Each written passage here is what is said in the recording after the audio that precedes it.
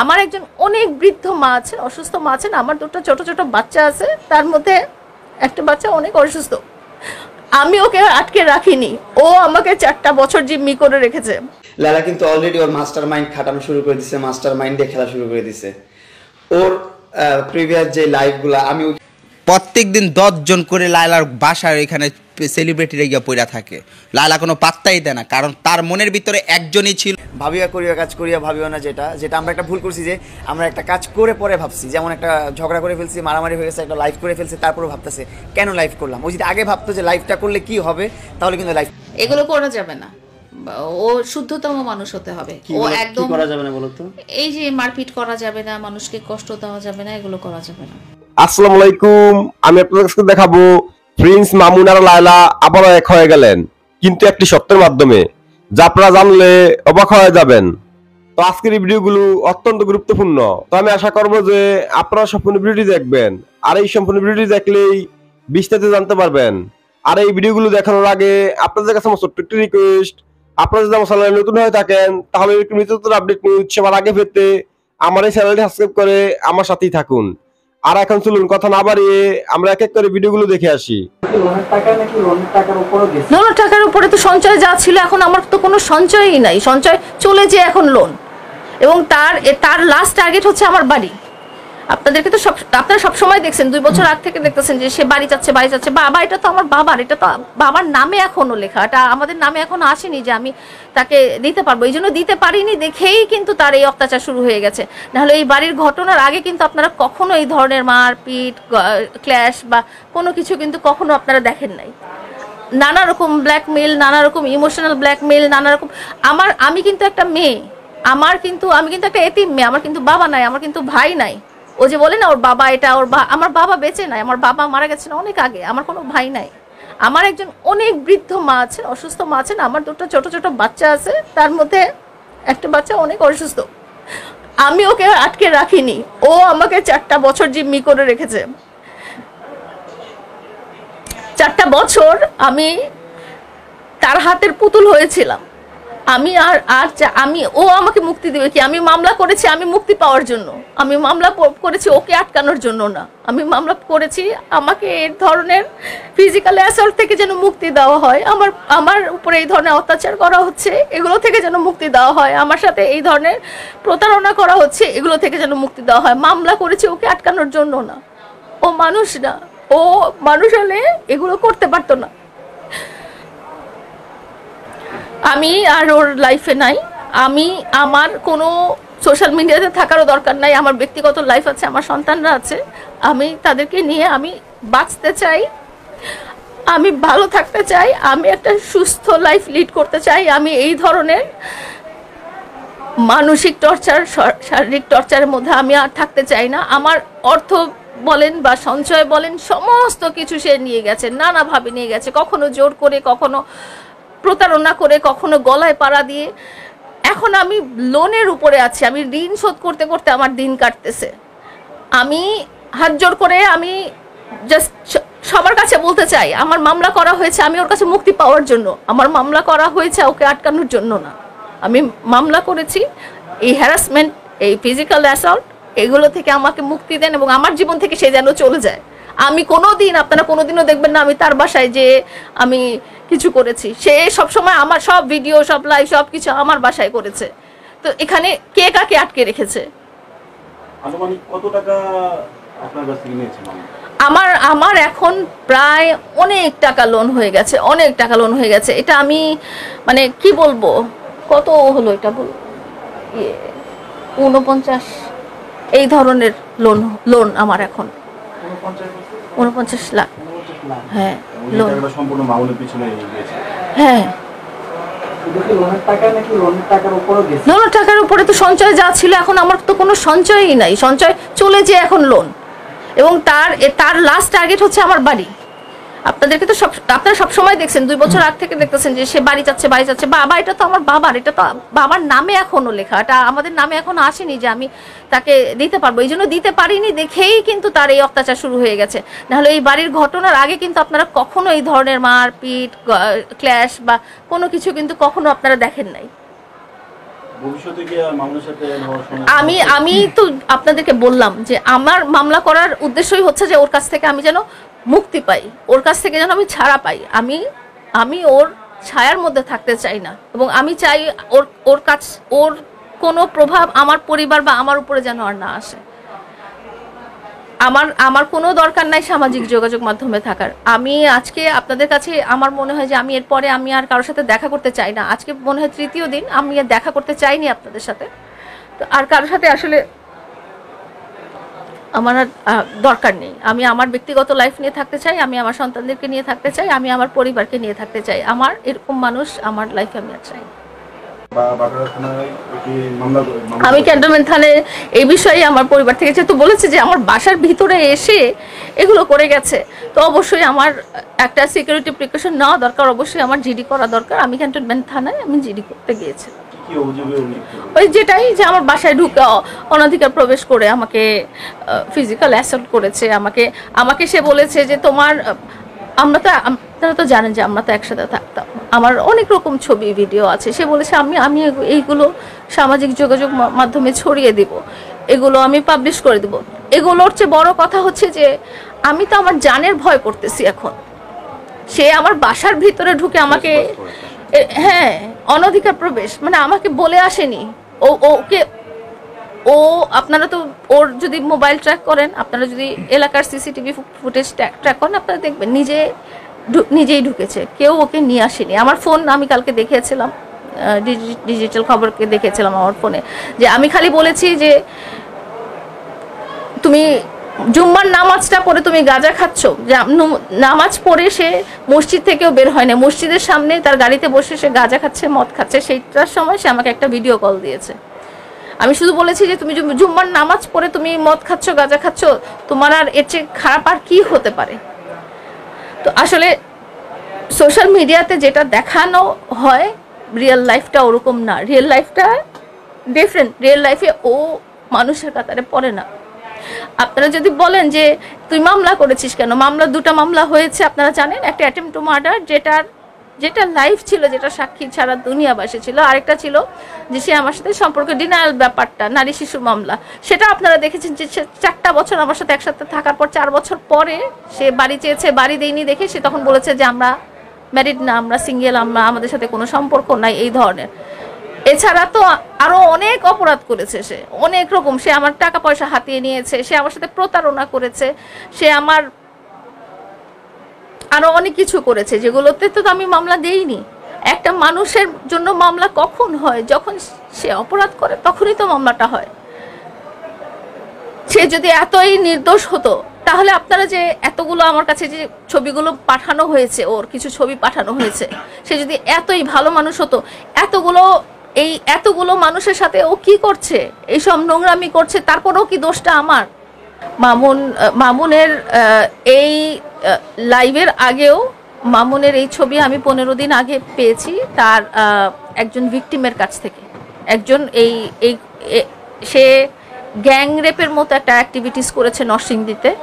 সেখানে যে একজন পেইড প্রস্টিটিউট বলা যায়, ওনার সাথে 7-8 জন কয়েক মাল্টিপল টাইমস এরকম মানে অ্যাক্টিভিটিস করেছে। তো তার এক ভিকটিমের কাছ থেকে আমি আসলে ছবিগুলো আমার কাছে এসেছে, ঠিক আছে? তো এই ধরনের ছবি আমার কাছে এসেছে 15 দিন আগে, এবং এটা নিয়ে আমি অলরেডি কিন্তু সবার সাথে হয়তো কথা বলতে পারিনি, বাট যাদের সাথে আমার রেগুলার কথা হয়, ডিজিটাল খবর, পারফেক্ট নিউজ, এরকম কিছু আছেন ভাইয়ারা যারা আছেন, তাদের সাথে আমি 15 দিন আগেই বলি এটা নিয়ে আসলে গতকালকে কিছুই হয়নি। যদি সেটা সামাজিক যোগাযোগ মাধ্যমে ভাইরাল হয়ে থাকে, সেটা সম্ভবত সে নিজেই করেছে। কারণ হচ্ছে যে এই ধরনের ছবি তার মোবাইলে নাই, কারণ এরকম অ্যাক্টিভিটিস করে কেউ ছবিগুলো নিজের মোবাইলে রাখবে না। আপনারা যে ধরনের ছবি বা ভিডিও দেখেছেন এগুলো রাখবে না। আর সে বলেছে আমি তার ফোন থেকে ডাটা কালকে নিয়েছি, ওর সাথে আমার 1 তারিখ মার্চ থেকে যোগাযোগ, এবং ওর ফোনের পাসওয়ার্ড আমি জানি। তাহলে গতকালকে এমন কি হলো যে গতকালকে আমার তার ডাটা ট্রান্সফার করতে হবে? এমন কিছু হয়নি। গতকালকে সে এসেছিল 2টা পারপাসে। এক হচ্ছে তাকে আজকের মধ্যে জমি কিনে দিতে হবে, এবং আজকের মধ্যে সমস্ত মামলা তাকে তুলে দিতে হবে। এটার জের ধরেই সে লাইভগুলো করেছে, এবং এটার জের ধরেই সে আমার সাথে এরকম আমি আপনাদেরকে আজকে জাস্ট বলতে চাই যে আমি এই কোনো কিছুতে আর নাই, এই এই এই ধরনের মানুষের সাথে আমি আর নাই, এবং আমি সোশ্যাল মিডিয়াতে নাই। আপনাদেরকে আমি লাস্ট টাইম, যেহেতু আপনারা বারবার বলছেন যে আপু কিছু বলেন, আপু কিছু বলেন, আমি এতটুকুই বলবো যে আমি ও ও আমার কাছে কি মুক্তি চাচ্ছে, আমি ওর কাছে মুক্তি চাচ্ছি, কারণ আমি ওর কাছে 4 বছর থেকে জিম্মি ছিলাম। আপনারা সবাই মামুনের পেজের লাইভে ঘটনাটা দেখেছেন, এবং যেটা আমার জন্য আসলে খুবই হুমকি স্বরূপ ছিল, আমার পরিবারের জন্য হুমকি স্বরূপ ছিল। আর আমি একটা সোসাইটিতে থাকি, একটা সিকিউর এলাকা, সেখানে যে আমার বাসায় যে এই ধরনের অ্যাক্টিভিটিস, আমাকে হুমকি, আমাকে ফিজিক্যাল অ্যাসল্ট, আমার বাচ্চাদেরকে ভয়ভীতি সব দেখানোর কারণে আমি ক্যান্টনমেন্ট থানায় যে একটা অভিযোগ করে এসেছি আর কি, যে জিডি করে এসেছিলাম যে আমার সাথে এভাবে, বিকজ ও তো আগেও এগুলো করেছে, এবং মামলা তোলার জন্য যে সে ক্রমাগত আমাকে হুমকি দিচ্ছিল, সেটা আপনারা এতদিন হয়তো দেখেননি, বাট গতদিন লাইভে আপনারা দেখেছেন যে মামলা তোলার জন্য সে লাইভে এসে পর্যন্ত হুমকি দিচ্ছিল। তো এটা আমি আমার পরিবারের অ্যাডভাইস এবং আমার সোসাইটির অ্যাডভাইসে আমি থানাতে যে একটা জিডি করে আসি। ও জিডিটা আমলে নিয়ে এটা কিছু ধারায় হয়তো মামলা হয়ে গিয়েছে, আমি এক্স্যাক্টলি টার্মসগুলো বলতে পারবো না। তো ওইটার কার্যক্রমের অংশ হিসেবেই আমি আজকে এখানে এসেছি। আমরা দেখেছি আগের যে মামলাগুলো, এগুলো একটা পর্যায়ে যাওয়ার পরে তারপর আপনার আবার একটা মিউচুয়াল আন্ডারস্ট্যান্ডিং এর দিকে যাচ্ছিলেন, ওটা ভালো সম্পর্কের দিকে যাচ্ছিলেন। কি এমন হলো যে আবার আপনাদের আদম পর্যন্ত আসতে হবে? ভাইয়া, আগের মামলাগুলো যেটা হয়েছিল সেটাও মামলা হওয়ার পর থেকেও আপনারা দেখেছেন ওর নানা রকম লাইফ, ওর নানা রকম থ্রেট, নানা রকম হুমকি এবং নানা রকম ব্ল্যাকমেইলিং। যেহেতু সে আমার সাথে পার্সোনালি রিলেটেড ছিল, সে আমার খুব প্রাইভেট ছবি পাবলিশ করে দিবে, এই ধরনের নানা রকম ব্ল্যাকমেইলিংয়ের মাধ্যমে ফোর্স করে সে আমাকে রাজি করায় যে মামলাগুলো তুলতে হবে। তো আমি নিজের কথা চিন্তা করে, আমার সন্তানদের কথা চিন্তা করে, আমি ভয়ভীতির পরিপ্রেক্ষিতে আমি কিন্তু মোটামুটি রাজি হয়ে ওকে বলেছি যে ঠিক আছে, আমাকে ছেড়ে দাও,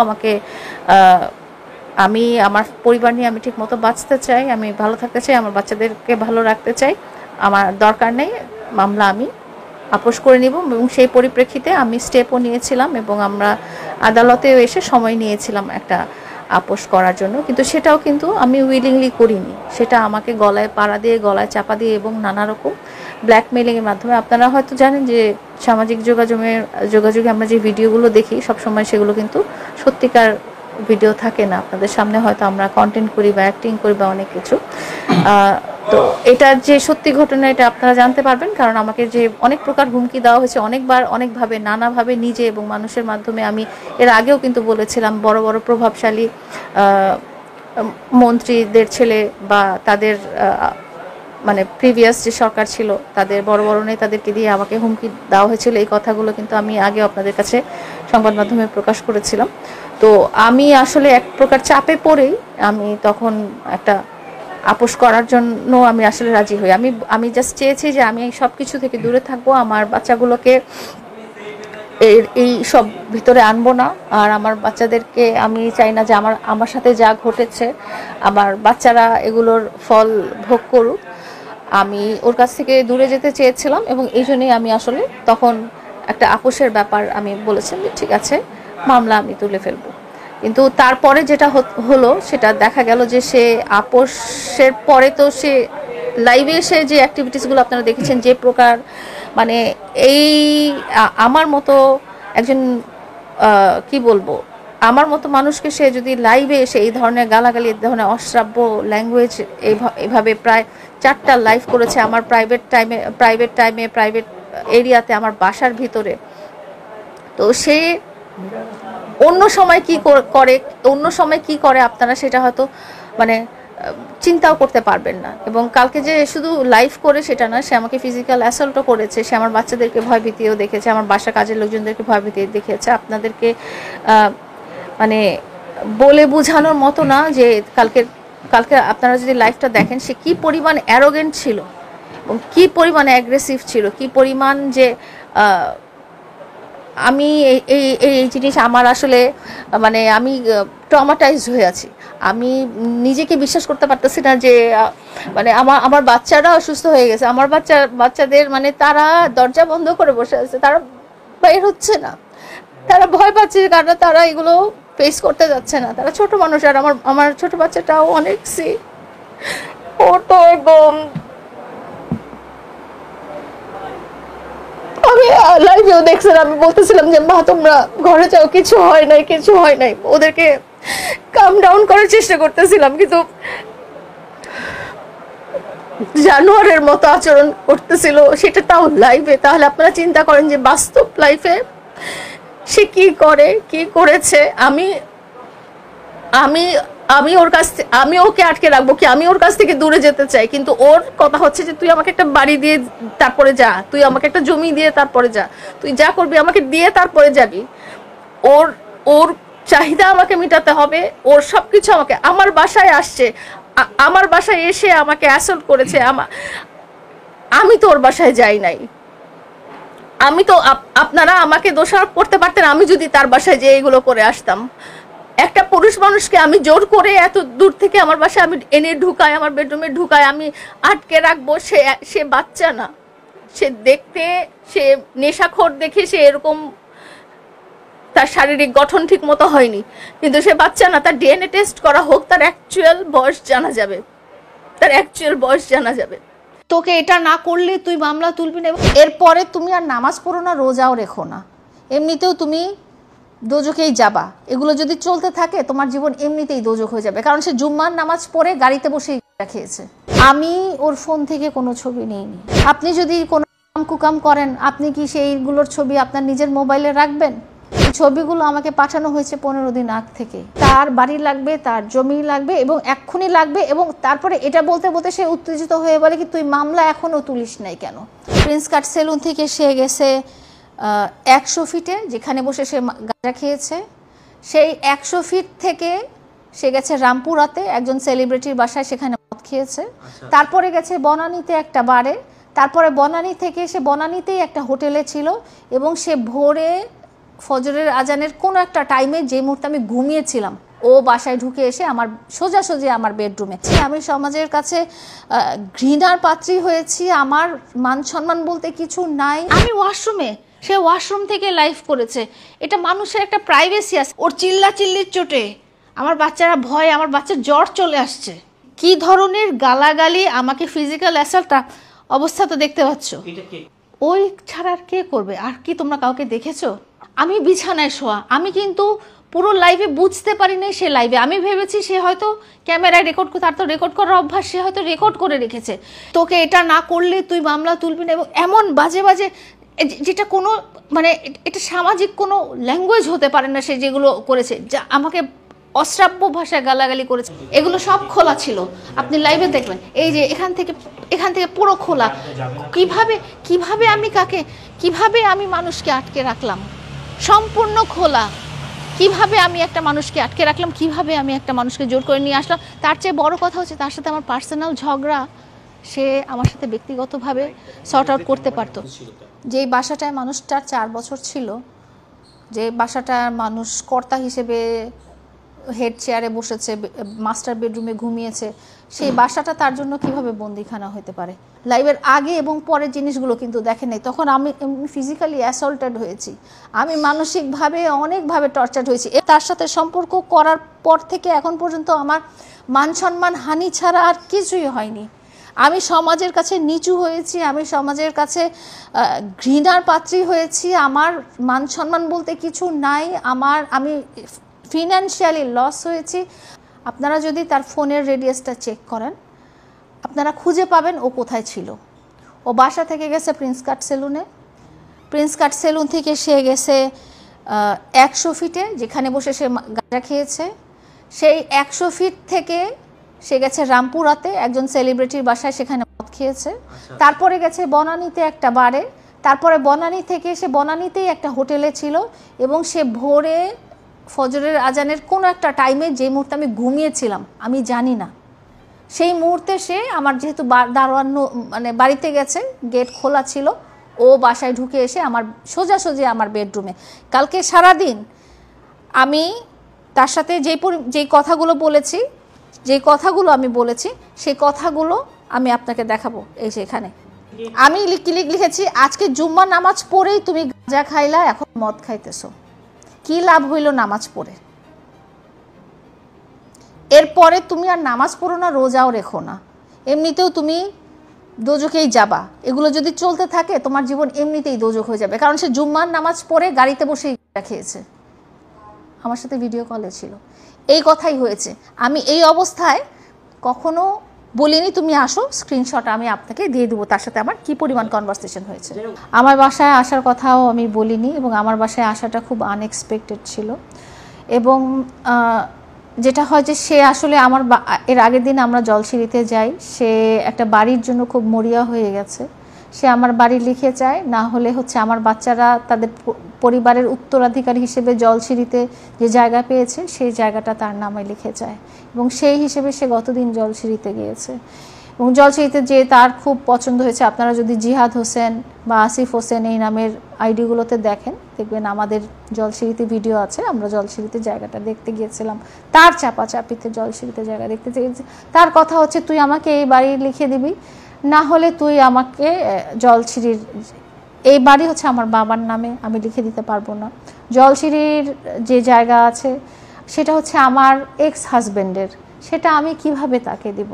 এটা তো আমার দেওয়ার পক্ষে সম্ভব না। এবং ও যে জিনিসটার জন্য জেদ করে সেটার জন্য সে কিন্তু মারপিট থেকে শুরু করে যত রকম জেদ সব কিছু করে। তো সকালে এসে তার সাথে এবং আপনারা যে কথা বলছেন যে তাকে আমরা অজ্ঞান করে রেখেছি, অজ্ঞান করার তো পরের কথা, আমি বরং ঘুমিয়েছিলাম এবং আমি জানতামও না যে সে বাসায় এসেছে। সে অনেকক্ষণ পরে এসেছে এবং সে শুরু করেছে যে তুই আজকে চল, আজকে আমার সাথে জমি দেখবে এবং আজকে আমাকে জমি কিনে দিবি। তো আমি বলেছি আমি গরিব মানুষ, আমি কোথায় পাবো? আমার এমনিতেই সমস্ত টাকা পয়সা তোমার উপরে শেষ হয়ে গেছে, আমি এখন ঋণের মধ্যে আছি, লোনের মধ্যে আছি। তো আমার কথা হচ্ছে যে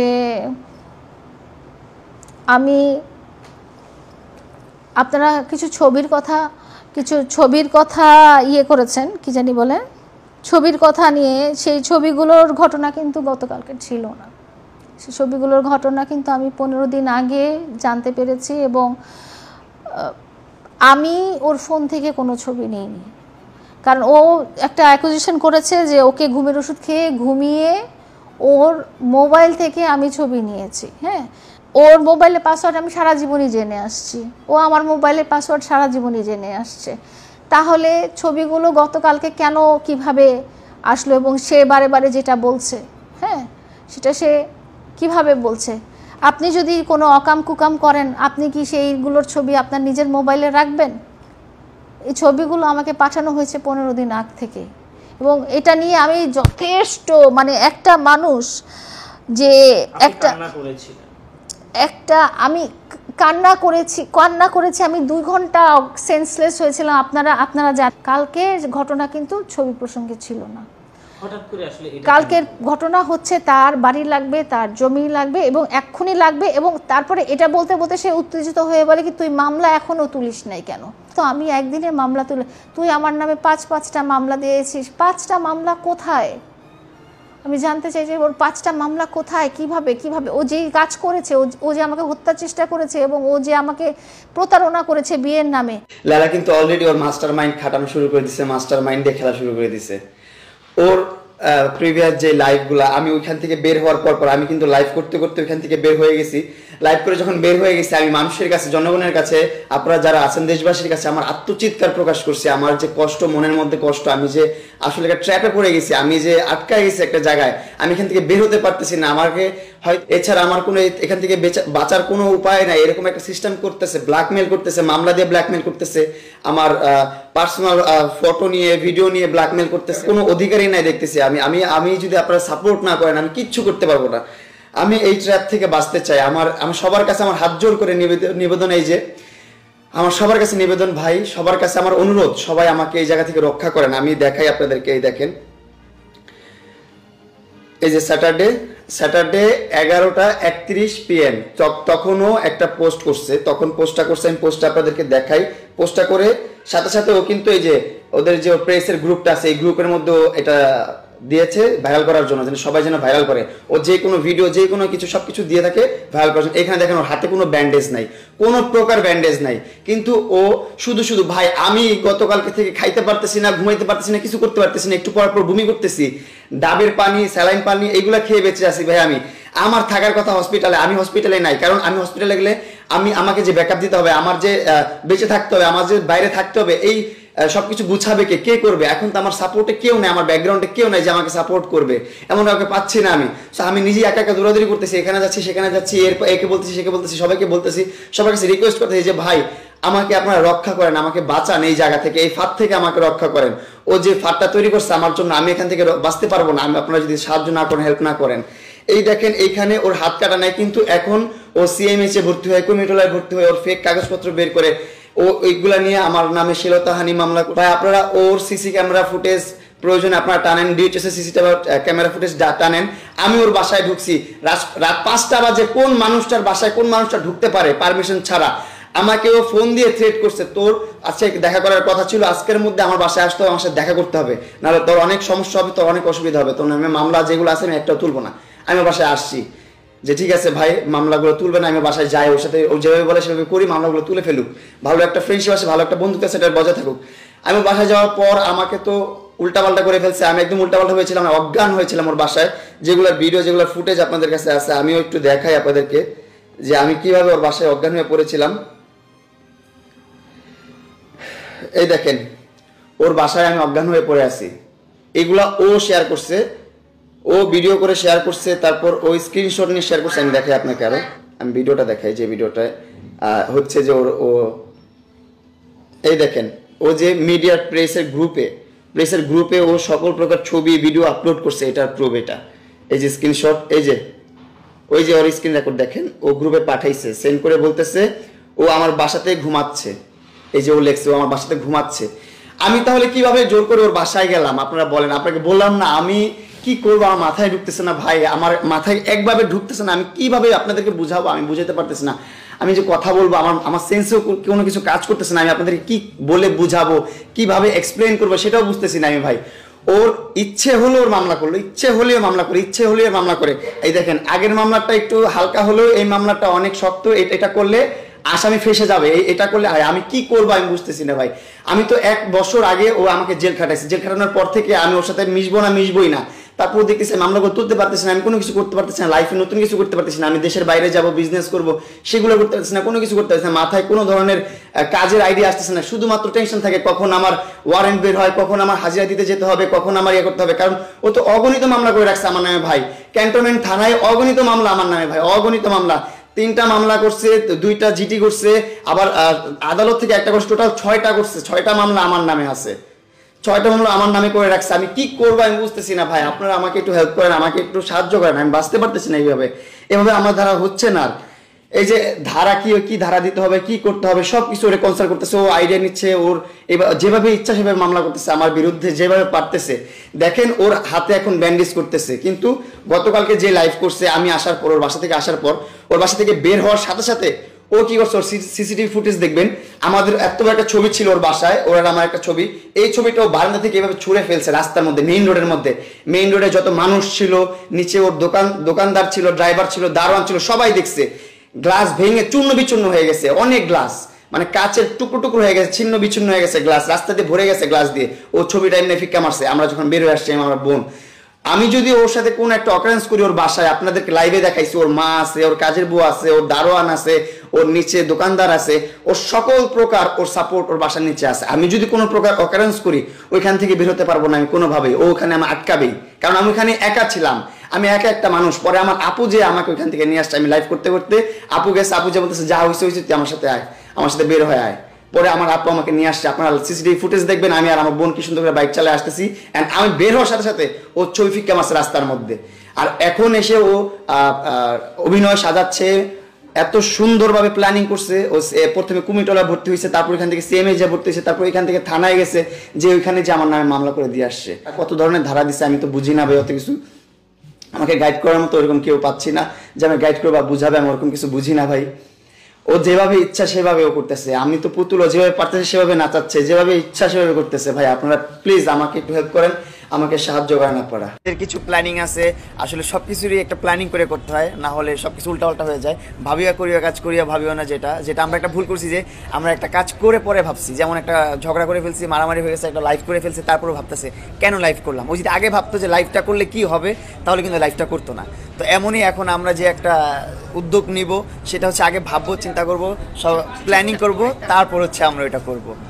মানুষ আমাদেরকে অনেক বাজেভাবে দেখতেছে, তো ওইটাকে আমরা মানুষের চোখে ভালোভাবে আনার জন্য আমরা নিজেরা অনুতপ্ত হয়ে নিজের ভুল স্বীকার করতেছি। এটা হচ্ছে আমাদের ভুল স্বীকার আপনাদের কাছে, যে আমরা ভুল করছি, আমরা স্বীকার করতেছি। এটার কারণে আমরা প্রায়শ্চিত্ত দিচ্ছি, ভালো কাজ করব, অ্যান্ড আরও যা যা করা যায় সব করব ভালো, যাতে আপনাদের মন পাই, আমরা ভালোবাসা পাই। না, তারপরেও মানে রিয়েলাইজ করেছে যে ও আসলে আমাকে কতটা ভালোবাসে, তাই না? তাই, হ্যাঁ। তাই। এবং অডিয়েন্সটা একটা কথাই সবসময় বলছে যে জি। মামুন ভাই, লাইলাপুর কবে আমরা সেই শুভ দিনটা দেখতে পাবো? আচ্ছা। মানে লাইলাপুর লাল শাড়ি পরে আছে, মাথায় ঘোমটা, আপনি শেরওয়ানি পরে আছেন, মাথায় পাগড়ি, মানে এই ব্যাপারগুলো আচ্ছা, না আচ্ছা। চলে এটা তো আসে। প্রায় দেখে, আমরা ব্রাইডাল শুটে যাই, আমরা যখন ব্রাইডাল শুটে যাই তো প্রায় সময় দেখে, শুটিং এ দেখায় দিই, কিন্তু বাস্তব জীবনে যখন হবে তখন অবশ্যই আমরা আপনাদের সবাইকে দাওয়াত করব, সবাইকে আনবো, একটা স্টেডিয়াম ভাড়া করে সবাইকে খাওয়াবো এখানে।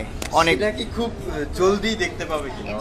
ইনশাআল্লাহ, আল্লাহ আল্লাহ তাআলা তাআলা যেদিন রাখছে। আমাদের কিছু প্ল্যানিং আছে, আসলে সব কিছুরই একটা প্ল্যানিং করে করতে হয়, না হলে সব কিছু উল্টাপাল্টা হয়ে যায়। ভাবিয়া করিয়া কাজ করিয়া ভাবিও না, যেটা আমরা একটা ভুল করছি যে আমরা একটা কাজ করে পরে ভাবছি, যেমন একটা ঝগড়া করে ফেলছি, মারামারি হয়ে গেছে, একটা লাইফ করে ফেলছি, তারপরে ভাবতেছে কেন লাইফ করলাম। ও যদি আগে ভাবতো যে লাইফটা করলে কি হবে, তাহলে কিন্তু লাইফটা করতো না। তো এমনই এখন আমরা যে একটা উদ্যোগ নিব, সেটা হচ্ছে আগে ভাববো, চিন্তা করব, সব প্ল্যানিং করব, তারপর হচ্ছে আমরা এটা করব। আপনাকে নিয়ে বা লাইলাপুকে নিয়ে এই ভাই কিন্তু একটা ক্লু পেয়ে গেছে যে আমাদের বিয়ে হয়েছে নাকি হয়নি, ঠিক আছে, আমরা কিন্তু বলি নাই, কিন্তু ক্লু পেয়ে গেছেন, কিন্তু বাই করে নেবেন লিজেন্ডরা। হ্যাঁ, বলে। সবাই মানে সবাই একটা কথাই বলে যে আপনার এবং আপু দুইজন মন মানসিকতা, মানে এই দুজনের যে একটা সিঙ্ক হয়, মানে এটা অনেকেই নেগেটিভ ভাবে দেখে, কিন্তু পজিটিভ ভাবে বেশি মানুষ দেখে। মানে এই ব্যাপারগুলো যে দুজনের যে একটা সিঙ্ক, এবং লাইলা মামুন লাইলা, এই ব্যাপারটা কিন্তু মানুষের একটা মুখে বলা যায় যে বোর্ড। এই ব্যাপারটা আসলে কিভাবে এনজয় করেন বা ভালো লাগার যে ব্যাপারটা, তুমি বলো একটু। আমি কি বলবো এখন? মানে মনের মিলটা কিভাবে হলো, মনের মিলটা আর আমাদের মনের দুজনে মিলটা হয়েছে কেমন করে এত পজিটিভলি আমরা দুজনের সাথে আছি। আচ্ছা, সবচেয়ে বড় বিষয় হচ্ছে ও আমাকে বুঝে যে আমি কি চাই, কি করতেছি, আমি কি খাইতে পছন্দ করি, কি করতে পছন্দ করি, এগুলো বুঝে ওগুলো প্রায়োরিটি দেয়। এই প্রায়োরিটি দেওয়ার কারণে আমাকে অনেক সুযোগ সুবিধা দেয়, সব ধরনের ফ্যাসিলিটিস। যে ও আমাকে সবচেয়ে বড় কথা বুঝে যে আমার কি প্রয়োজন, কখন কি লাগবে, কখন কি করব, এগুলো যখন বুঝে তখন হচ্ছে যে আমার মন থেকে একটা ওর জন্য ভালোবাসা কাজ করে, না ও আমাকে বুঝতেছে, ওকে আমার বোঝা উচিত, এরকমভাবেই বিষয়টা। আপুর কাছে যাব যে আপু, আপনাকেও এখনো মানুষ অনেক ভালোবাসে, মানে মামুন ছাড়া লাইলা না, আবার লাইলা ছাড়া মামুন না, মানে এই ব্যাপারটা কতটা এনজয় করেন? এবং মানুষের এই যে ভালোবাসা, নেগেটিভ কথা বলছে অনেকে, বলছেন বা পজিটিভ কথাই বেশি বলছে, মানে এই ব্যাপারটা আপনার কাছে? মানুষের কথা তো আমি বলতে পারবো না, তো আমরা দুইজনের সাথে সম্পর্কটা আসলে এনজয় করি। সবচেয়ে বড় ব্যাপার কি সম্পর্কের মধ্যে হচ্ছে যে আপনার পার্টনারকে প্রায়োরিটি দেওয়া।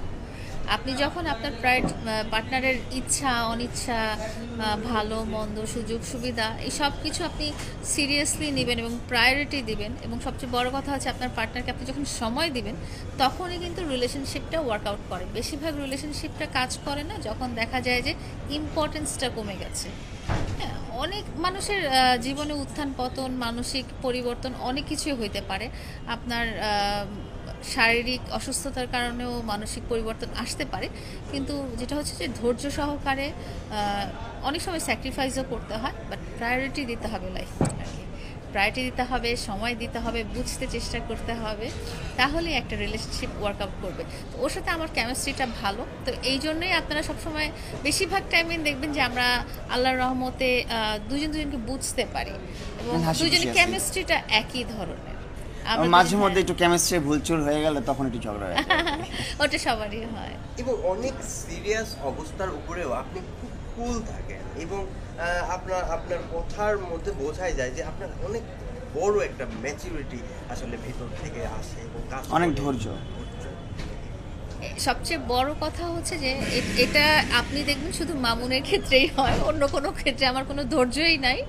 আমার সমস্ত ধৈর্য এবং সমস্ত কিছু শুধুমাত্র মামুনের জন্যই। তো ওর ব্যাপারে আমি মানে সব কিছুই পজিটিভলি ভাবতে চাই, সব কিছু পজিটিভলি চিন্তা করতে চাই। আজকে পাশে এখন তাহলে এই যে বইমেলাটা নিয়ে কিছু এটা না, বলে না, দেন। এটা হট টপিকে যান না, যা শেষ করে ফেলি। আজকে মামুন আপনার পাশে এবং আমরা জানি যে মামুনকে আপনি কতটা ভালোবাসেন, কিন্তু অনেক অডিয়েন্স আছে এখনো জানতে চায় যে আসলে লাইলা মামুনকে আসলে কতটা ভালোবাসে। আজকে সরাসরি আজকে সামনাসামনি দুইজন মানে বলো তো শুনি। এই ব্যাপারটা জানতে চায়। অনেক ভালোবাসি। ও বাবা, আমি একটু ভালোবাসি না। তোমরা মেয়েরা যারা আছে আমাকে কমেন্ট করো, বেশি না বেশি না করে। না কমেন্ট করো, ঠিক আছে, মেয়েরা কমেন্ট করো, থাকবে মেয়েদের না। সাথে প্রেম করবো। আইডি থাকবে কমেন্ট করো। না না, আমার ইনস্টাগ্রামে মেসেজ দাও। ইনস্টাগ্রামে মেসেজ দাও। Okay, ওর হ্যাঁ। ইনস্টাগ্রাম আমিই দেখি আসলে, ওর আইডি পাসওয়ার্ড সব আমার কাছেই থাকে। আসলেই আসলেই সত্যি কথা। সত্যি কথা। কোনো সুন্দর একটা মেয়ে আমাকে মেসেজ দিলে মেসেজটা মেসেজ ডিলিট দিলে হয়ে মেসেজটা যায়, আমার কাছে চলে আসে আর কি। পরে ডিলিট হয়ে যায়। হ্যাঁ হ্যাঁ, এই ব্যাপারটা আমি যাবো। সেটা হলো আজকে সামনাসামনি যেহেতু আছেন, মামুন ভাই একটা ইন্টারভিউতে সে বলেছে যে তাকে কেউ যদি একটু উইশ করে বা তাকে একটু মেসেজ দেয়, সেই মেসেজটা সে পরে আর দেখতে পায় না। মানে এটা কারণটা কি একটু চলে আপনাকে- যায়, কই চলে যায়? তার মেসেজ ইউনিভার্সে ঘুরে বেড়ায় ওইদিকে। ও ডিলিট করে দেয়, ভাগায় দেয় যে না না আমার পিসের পাশে আশেপাশে আসবে না, দূরে থাকো তোমরা সবাই। আসলে আমি যাকে ভালোবাসবো তার ওভারঅল ভালো হোক এবং সব কিছু যেন সুন্দর মতো হয়, সেই ব্যাপারটা আমাকে চিন্তা করতে হয়। আপনারা যেরকম বলেন যে, আপনারা না মানে মামুন যেরকম বলে ও একটা ভার্চুয়াল রিয়ালিটির মধ্যে থাকে, ও মাঝে মাঝে চিন্তা করে। বিকজ আমি ওর লাইফটাই ওভাবে, ওর লাইফে যাতে কোনো মানে বিশৃঙ্খলা ক্রিয়েট না হয়। আসলে মানুষের মন তো এদিক ওদিক অনেক রকমই হতে পারে, অনেক ধরনের চিন্তা ভাবনা হতে পারে। তো আমি চাই ও কাজে ফোকাস থাকুক, আমি চাই ও ক্যারিয়ারে ফোকাস থাকুক, আমি চাই ও হাসি খুশি থাকুক, এই জন্য ভালো কোনো মেয়ের থাকুক। মেসেজ আসে না, সব ডিলিট হয়ে না, যায়। মেয়েদের কাজের মেসেজ তো অবশ্যই আসে। রিলেশনের উপর থেকে আমার ইন্টারেস্ট উঠে গেছে একদম একদম সরাসরি। আগে এস্টাবলিশ হই, নিজের স্বপ্নগুলো পূরণ করি, তারপর যখন সময় হবে তখন বিয়ে করে ফেলবো একদম ডিরেক্ট। তখন কাকে বিয়ে করে আপনারা তো জানতেই পারবেন, দেখতেই পারবেন, হয়ে যাবে, সমস্যা নেই। আচ্ছা, আমরা আর অতীতের কথা নিয়ে কথা বলতে বলছি চাই না, না, কারণ বলতে গেলে হচ্ছে। এখন আমার ওর সাথে আমার ঝগড়া হয়ে যাবে। ও যদি এই ধরনের কাজ আবার করে তাহলে তো দেওয়া হবে অবশ্যই, তাই না? হ্যাঁ, এগুলো করা যাবে না। ও শুদ্ধতম মানুষ হতে হবে। কি ও বলা- কি একদম করা যাবে না বলো তো? এই যে মারপিট করা যাবে না, মানুষকে কষ্ট দেওয়া যাবে না, এগুলো করা যাবে না। কষ্ট দিবে না? কি কষ্ট দেওয়া যাবে না? যেরকম কষ্ট আমাকে দেওয়া হয়েছে এটা তোমার করা সাথে তো যাবে আমার না। মিউচুয়াল ব্রেকআপ হয়েছিল না? তোমার ব্রেকআপ হওয়ার 6 মাস 1 বছর পর মামলা করছো, সেই মামলায় আমি জেল খাটছি। এখন তুমি না, যদি না, না, না, জ্ঞানমূলক কথাবার্তা বলো তখন তো আমিও জ্ঞানমূলক কথা না, অনেক না, বলতে না, পারি। মোটেও 6 তখন মাস দেখা এক- যাবে তোমার এক রাগ মাস উঠে না। যাচ্ছে। তোমার তুমি চলে গেছো হচ্ছে মার্চে, তোমার সাথে আমার ব্রেকআপ হয়েছে, তুমি এটা অ্যানাউন্স করেছো হচ্ছে জুনে। তুমি যেদিন অ্যানাউন্স করেছো তার পরের দিনই মামলা ভাই হয়েছে। ওর সাথে মেকআপ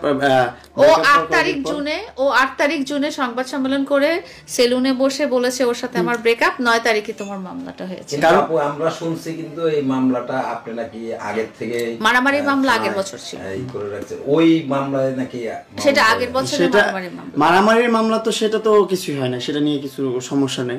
ওইটার জামিন পেয়েছি আমি, ওইটা ওয়ারেন্ট বের হয়েছে, ওইটা ওয়ারেন্ট বের হওয়ার পর জামিন নিয়েই আমি হচ্ছে যে একটা প্রেস কনফারেন্স করছি যে লালা এইসব কাজগুলো করছে। কারণ আমার যেহেতু একটা পরিচিতি আছে সোশ্যাল মিডিয়াতে, আমার একটা নাম আছে যেখানে হচ্ছে যে ওর করা মামলার কারণে আমার হচ্ছে একটা ওয়ারেন্ট বের হয়ে গেছে। শুনো, তুমি কি মানুষকে মারতে পারি না, মারামারি হওয়ার পর কিন্তু এটা মিউচুয়াল হয়ে গেছে, ওইটা কিন্তু ঠিক হয়ে গেছে। ওইটা নিয়ে তো আর পরবর্তীতে প্রশ্ন আসতেই পারে না কোনোভাবে। তোমার মামলাটা তো ক্লোজ করতে হবে। মামলাটা তুমি ক্লোজ করো না, এটা আবার রিস্টার্ট করছো। যে ভাই বললো না একটা সংসারে সবকিছু ঠিক হয়ে গেছে, ঠিক হওয়ার পর 3 বছর পর আবার ওয়ারেন্ট বেরিয়েছে, সেরকম হয়েছে তোমার ঘটনাটা। তুমি যখন মামলাটা চলছিল তখন তো তুমি আমার সাথে ছিলে, তুমিও নিজে যে মামলা তো শেষ, তো তুমি বলছো যে মামলা শেষ করে ফেলছি, মামলা শেষ হয়ে যাবে, আমি কথা বলছি এটার কোনো প্রসেস নাই, এটা শেষ, এটা বিষয় না। বাদ, এই পিছনে যেতে চাচ্ছি না অত কথার ভিতরে। জাস্ট সংক্ষেপে এতটুকু বলি, তুমি যেভাবে মাঝে মধ্যে এভাবে প্রেসের মধ্যে বলো যে তোমার এটা শুদ্ধতা হবে, তোমার এটা সেই কথা, অবশ্যই শুদ্ধতা মানে আমি হবে। কি কথা আছে, লায়লা কিন্তু বরাবর কিন্তু বলেছে মামুন সরি বললে আমি এটা প্রথম থেকেই বলেছি, আমি সারা জীবনই বলেছি। তাহলে এইটাই তো এখন বারবার কেন আবার খুঁচায় বলে যে অন্য মেয়ের সাথে করতে হবে না, এটা করতে হবে না, সেটা করতে। আমি কি তোমার সাথে আমি খুঁচায় বলছি না, আমি অপরাধ করে বলছি তোমার সাথে? আমি আমার ব্রেকআপ হতেই পারে তোমার সাথে, আমার একটা মেয়ের সাথে রিলেশন করেছে, তার সাথে বনিবটা না মিলতেই পারে, তার সাথে আমি ব্রেকআপ করে আমি বিয়ের পরে আমার ডিভোর্স হতে পারে। ব্রেকআপের জন্য কেউ মামলা করেই না, ব্রেকআপের জন্য কেউ মামলা করে না। তো কিসের জন্য মামলা করছো তুমি আমার বিরুদ্ধে? এই যে বললাম কমিটমেন্ট ব্রেকের জন্য। তোমার সাথে কোন কমিটমেন্ট ছিল না? ছিল না, অবশ্যই অবশ্যই ছিল। আপনি আপনাদের সংবাদ সম্মেলনে বলেছেন আমি লাইলাকে বিয়ে করব, যে কমিটমেন্টটা উল্লেখ করছো, তুমি যে কমিটমেন্টটা উল্লেখ করছো সেরকম ভাবে তোমার কোন প্রতিশ্রুতি দেখিয়ে তোমাকে ধর্ষণ করা হয়নি, সেটা তো আদালতে প্রমাণ করা হবে, তাই না? সেটা আদালতের ব্যাপার। এইসব বিষয় না বারবার কেন তুমি এরকম বুলিং করো? আমি তো তুলতে চাচ্ছি, বলো না এইসব কথা। আচ্ছা তাহলে বলবোই না মামলা বিষয়। দেখা যাচ্ছে যে ভবিষ্যতে মামুন একটা বড় ধরনের অন্যায় করে ফেলবে। ভাই আমরা না মানুষ ও তো মানুষ, ও ভুল করতে পারে, আমি অন্যায় করতে পারি, ভুল করতে পারি, ওর সাথে অন্যায় না করলেই হলো। এখন আর এটা বিষয় না। ভবিষ্যতে আপনি যেটা বললেন যে ভবিষ্যতে করলে এরকম হতে পারে, মানে একটা ইঙ্গিত হবে না জীবনে। এসব আমি আর প্রেগনেন্সির মধ্যে নাই ভাই, ইঙ্গিত তো নাই এখানে। শেষ আমার জীবনে আর কখনো রিলেশনের মধ্যে আমার ইন্টারেস্টই নাই এখন আর। রিলেশনের উপর থেকে আমার ইন্টারেস্ট উঠে গেছে একদম সরাসরি। আগে এস্টাবলিশ হই, নিজের স্বপ্নগুলো পূরণ করি, তারপর যখন সময় হবে তখন বিয়ে করে ফেলবো একদম ডিরেক্ট। তখন কাকে বিয়ে করে আপনারা জানতেই পারবেন, দেখতেই পারবেন, হয়ে যাবে, সমস্যা নেই। আচ্ছা আমরা আর অতীতের কথা নিয়ে কথা বলছি না, কারণ বলতে গেলে এখন আবার ওর সাথে আমার ঝগড়া হয়ে যাবে। নোংরা ঘাটলেই নোংরা ঘাটা যায় না।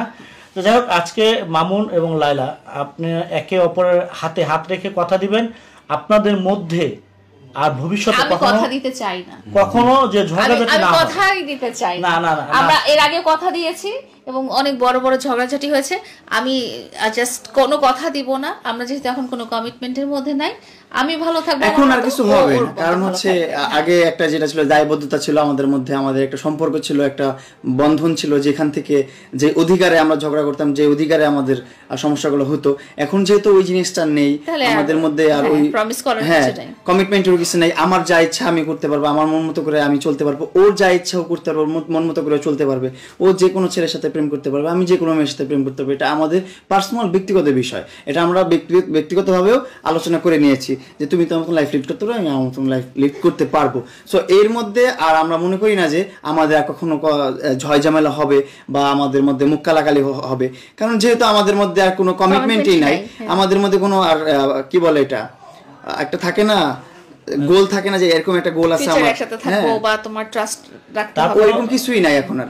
এখন আমি বলি দিন শেষে যেহেতু লায়লা আপনার ভালো একজন বন্ধু বা বেস্ট ফ্রেন্ড যাই বলেন না কেন, লায়লার সাথে আপনি আর কখনো আপনাদের দুজনের হবে না, কাটাকাটি হবে কি না সেটা একটু ইনশাআল্লাহ হবে না। বন্ধুদের মধ্যে তো কাটাকাটি হয়, ওইটা আবার ঠিক হয়ে যাবে, কিন্তু এরকম বড়সড় আর কিছু হবে না আমাদের জীবনে। এই যে এখনই যেমন ঝগড়াঝাটি হলো, কথা কাটাকাটি হলো, এরকমই কথা কাটাকাটি হবে। আবার এটা সিরিয়াসলি বলার কিছু নাই, বাট আমি এই জিনিসটাই বলতে চাই যে এটা পার্সোনালি তোমাকে বলি যে যেহেতু ঝগড়া একটা সময় হয়েছে, খারাপ একটা পজিশন হয়েছে, ওইটা যদি আমরা বারবার ডিসকাশন করি, লোকজনের কাছে যদি বারবার আমরা কোশ্চেনটা শুনি, আমাদের মনটা অন্যরকম হয়ে যাবে। তো আমরা এই মুহূর্তে মনটা অন্যরকম করতে চাচ্ছি না। আর আপনারা যারা আগামীতে প্রেসরা আসবেন আর আমাদের প্রিভিয়াস ঘটনা নিয়ে প্রশ্ন করবেন, আমাদের কিন্তু খুব বড় একটা ব্যাপার আছে, আমাদের কিন্তু মামলা তোলার মতো বড় একটা ব্যাপার আছে, কারণ এটা একটা খুব সিরিয়াস জিনিস। এটা মানে খেলার ব্যাপার না যে আমি বললাম আমি মামলা করলাম, আমি বললাম আমি মামলা তুললাম। এটা কিন্তু খুব বড় একটা মাইন্ডসেটের ব্যাপার আছে। সো আমি চাই না যে এরপরে এমন কোনো কোয়েশ্চেন করা হোক যেটার কারণে মামুন আমার সাথে খুব রেগে যাক বা আপসেট হয়ে যাক, কারণ প্রিভিয়াসলি ঘটনা হয়েছে, তো দুর্ঘটনা হয়েছে, খোঁচানো যাবে না। ওটা খোঁচাতে গেলে আমাদের মন মানসিকতাটা বারবার চেঞ্জ হবে। খুঁজে দিলেন আমার রাগ উঠবে না, ও রাগ উঠলো, আমারও হয়তো রাগ উঠে যাবে। এই মাসে উঠে যাবে নাকি আরো লেট? এটা আমি তো আপনাকে বলেছি, এটা আদালতের প্রসেস, এটা আদালতের প্রসেসিং এ উঠে যাবে ইনশাআল্লাহ। আমরা তো বলতে পারি ইনশাআল্লাহ। যাক আমরা আশাবাদী রইলাম নাকি? আশাবাদেন। আর আপনাদেরকে বলে দিচ্ছি, আপনাদের এই নিউজ দ্বারা আমি সবাইকে একটা মেসেজ দিয়ে দিচ্ছি, আমাদের আগামীতে যারা আমাদের ইন্টারভিউ নেবেন বা আমাদের সাথে কথা বলবেন বা আমাদেরকে দেখবেন, আমাদের অতীত নিয়ে কোনো কথা বলবেন না ভাই। আপনাদের কাছে হাম্বল রিকোয়েস্ট আমার, আগে যা ছিল, এখন থেকে আমাদের নতুন কন্টেন্ট দেখবেন, নতুন ব্লগ দেখবেন, নতুন ভাবে আমাদেরকে দেখবেন। সো আমাদের পুরনো ঘটনা নিয়ে আমাদেরকে প্রশ্ন করে আপনিও বিভ্রান্তির মুখে পড়বেন না, আমাদেরকেও বিভ্রান্তির মুখে ফেলবেন না। ভালো থাকবেন, সুস্থ থাকবেন। আলটিমেটলি আমরা কিন্তু মানুষ, হ্যাঁ, আমাদেরকে যখন কোনো কষ্টের কথাটা মনে করে দেওয়া হয় বা দুঃখের কথাটা বা খারাপ কথাটা, তখন আমাদের আমাদের খারাপ জন্য লাগে, কিন্তু রাগ খারাপ ওঠে। টাইম ছিল, অনেক এক্সট্রিম, আমার জন্য খারাপ টাইম ছিল। তো তখন আমরা ওই রাগটা দেখা যায় কি প্রেজেন্ট লাইফে আমি আর আনতে চাই না, তুমিও চাও না, মামুনও চাই না, চায় না, ঠিক আছে। তো আমরা ওটা আর লাইলার সাথে তো আমি আশা করছি যে আপনারা সম্পূর্ণ ভিডিওটি দেখেছেন। তো আপনাদের যদি এই বিষয়টি নিয়ে কোনো মতামত থাকে আমাকে অবশ্যই কমেন্টে জানাবেন। আর আপনারা যদি আমার চ্যানেলে নতুন হয়ে থাকেন তাহলে আমার এই চ্যানেলটি সাবস্ক্রাইব করে আমার সাথেই থাকুন। তো দেখা হচ্ছে পরবর্তী ভিডিওতে। সে পর্যন্ত সবাই ভালো থাকবেন, সুস্থ থাকবেন। আল্লাহ হাফেজ।